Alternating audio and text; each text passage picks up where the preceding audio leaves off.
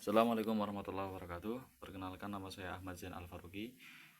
Di video kali ini kita akan membahas sesuatu strategi mengenai manajemen krisis public relation. Jadi langsung saja tanpa perlu berlama-lama, karena durasinya juga saya harus ringkas sedemikian mungkin. Secara etimologi, kata manajemen ini diambil dari bahasa Prancis kuno yang yaitu manajemen, yang artinya adalah seni suatu pengelolaan dalam mengatur dan melaksanakan. Nah, juga manajemen ini juga dapat didefinisikan sebagai upaya perencanaan, pengelolaan, pengorganisasian, dan pengontrolan sumber daya untuk mencapai sasaran secara tepat, efisien, dan efektif. Lalu apa itu pengertian krisis? Nah, kata krisis ini juga berasal dari bahasa Yunani, kspion, yang berarti keputusan. Nah, krisis ini dalam bahasa Cina juga diucapkan sebagai weiji dan mempunyai dua arti, yang artinya bahaya atau peluang dan peluang.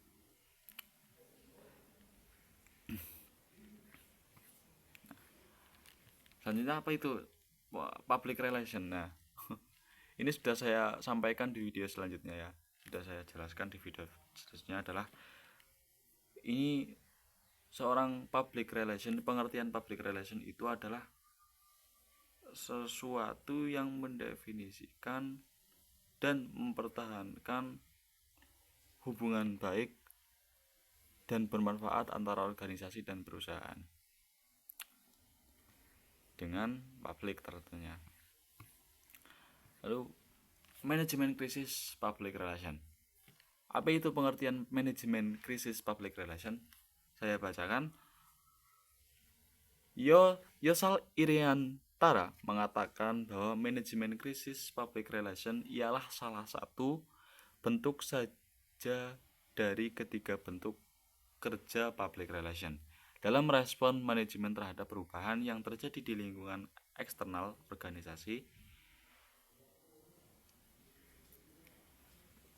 Yang kedua, tiga aspek dalam manajemen krisis, yaitu yang pertama aspek mekanisme. Manajemen krisis dapat dalam penanganan humas, yaitu mulai dari perencanaan, penyelidikan atau fact and finding, dan pengidentifikasian atau pengenalan terhadap gejala-gejala timbul suatu krisis.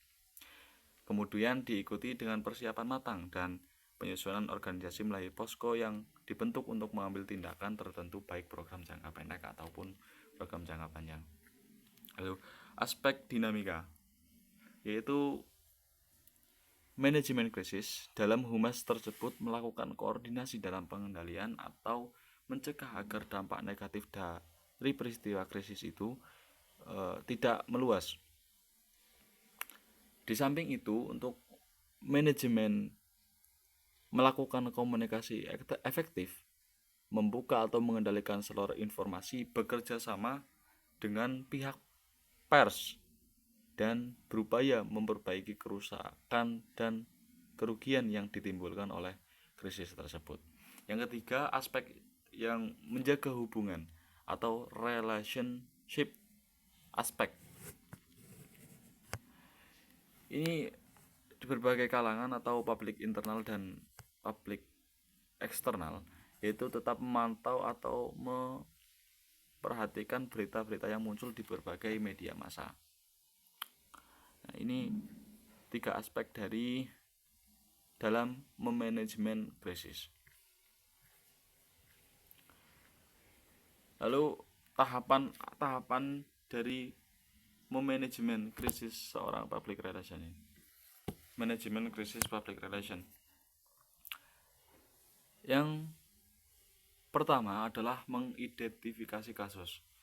Lalu yang di situ mengetahui faktor penyebab terjadinya suatu krisis. Ini harus diketahui pertama kali oleh public relation, seorang public relation. Nah, ini jangan membuang waktu terlalu lama untuk mengidentifikasi kasus ini. yang pada akhirnya bisa menimbulkan opini buruk ke masyarakat. Yang kedua adalah menganalisis krisis. Setelah mengidentifikasi lalu kita menganalisis. Ada beberapa langkah yang untuk mengatasi krisis, untuk menganalisa krisis secara mendalam. Lalu salah satunya cara menganalisisnya adalah menggunakan formula 5W1H, ya, yaitu secara menganalisis melalui beberapa pertanyaan yang diajukan untuk menetapkan penanggulangan suatu krisis, yakni apa penyebab terjadinya krisis itu, terus kenapa krisis itu bisa terjadi, terus di mana dan kapan krisis itu mulai, sejauh mana krisis itu berkembang, bagaimana krisis itu terjadi, siapa yang mampu mengatasi krisis. Nah, bisakah ditangani oleh seseorang atau perlu dibentuk suatu tim penanggulangan krisis. Nah, ini cara kita untuk menganalisis suatu krisis. Ini kita dapat menggunakan 5W1H. Yang selanjutnya kita mengatasi dan menanggulangi krisis. Nah, setelah tadi kita menganalisis dengan menggunakan pertanyaan 5W1H, nah ini kita pilih orang atau susun tim yang bisa diajak untuk terlibat menangani krisis. Nah, tujuannya itu untuk menyelesaikan krisis atau sekurang-kurangnya mengurangi dampak buruk dari krisis itu. Yang selanjutnya evaluasi. Ya, tentu saja adanya krisis ini karena ada suatu suatu kesalahan sistem mungkin. Jadi yang harus kita lakukan di akhir dalam menangani krisis ini adalah melakukan evaluasi agar krisis ini tidak terjadi lagi di perusahaan kita atau organisasi kita. Nah, selanjutnya ini strategi manajemen krisis public relation. Strategi manajemen krisis public relation ini merupakan suatu pendekatan yang terstruktur dan menangani suatu peristiwa dengan tujuan untuk memberikan pelayanan yang tepat dengan harapan informasi yang diberikan kepada publik dalam tersalurkannya dengan cepat, meminimalisir risiko kesalahan informasi dan mengurangi kerugian. Nah, ini untuk menetapkan strategi komunikasi kita dapat terancang dengan yang pertama mengatur tim manajemen krisis untuk supaya koordinasi kita kuat untuk menangani krisis itu. Lalu mengurangi risiko munculnya shock.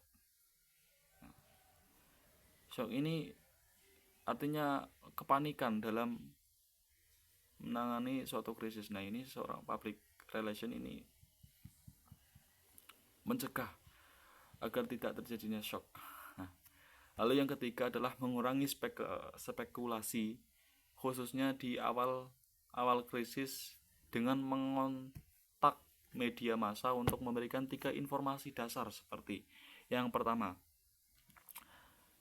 siapa korban dan penyebabnya, lalu masalah dan dampaknya, lalu yang kami rasakan.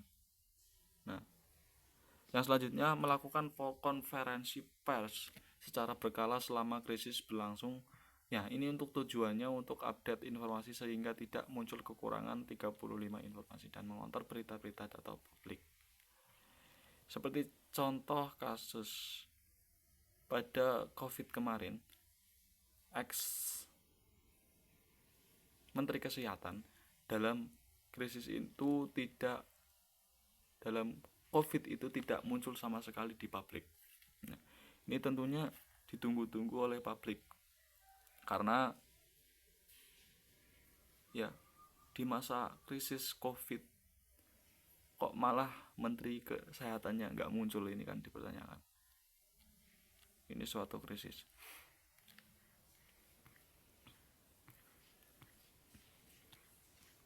Jadi mungkin itu saja yang bisa kita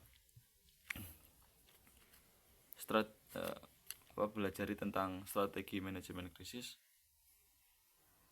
Kurang lebihnya mohon maaf. Wassalamualaikum warahmatullahi wabarakatuh.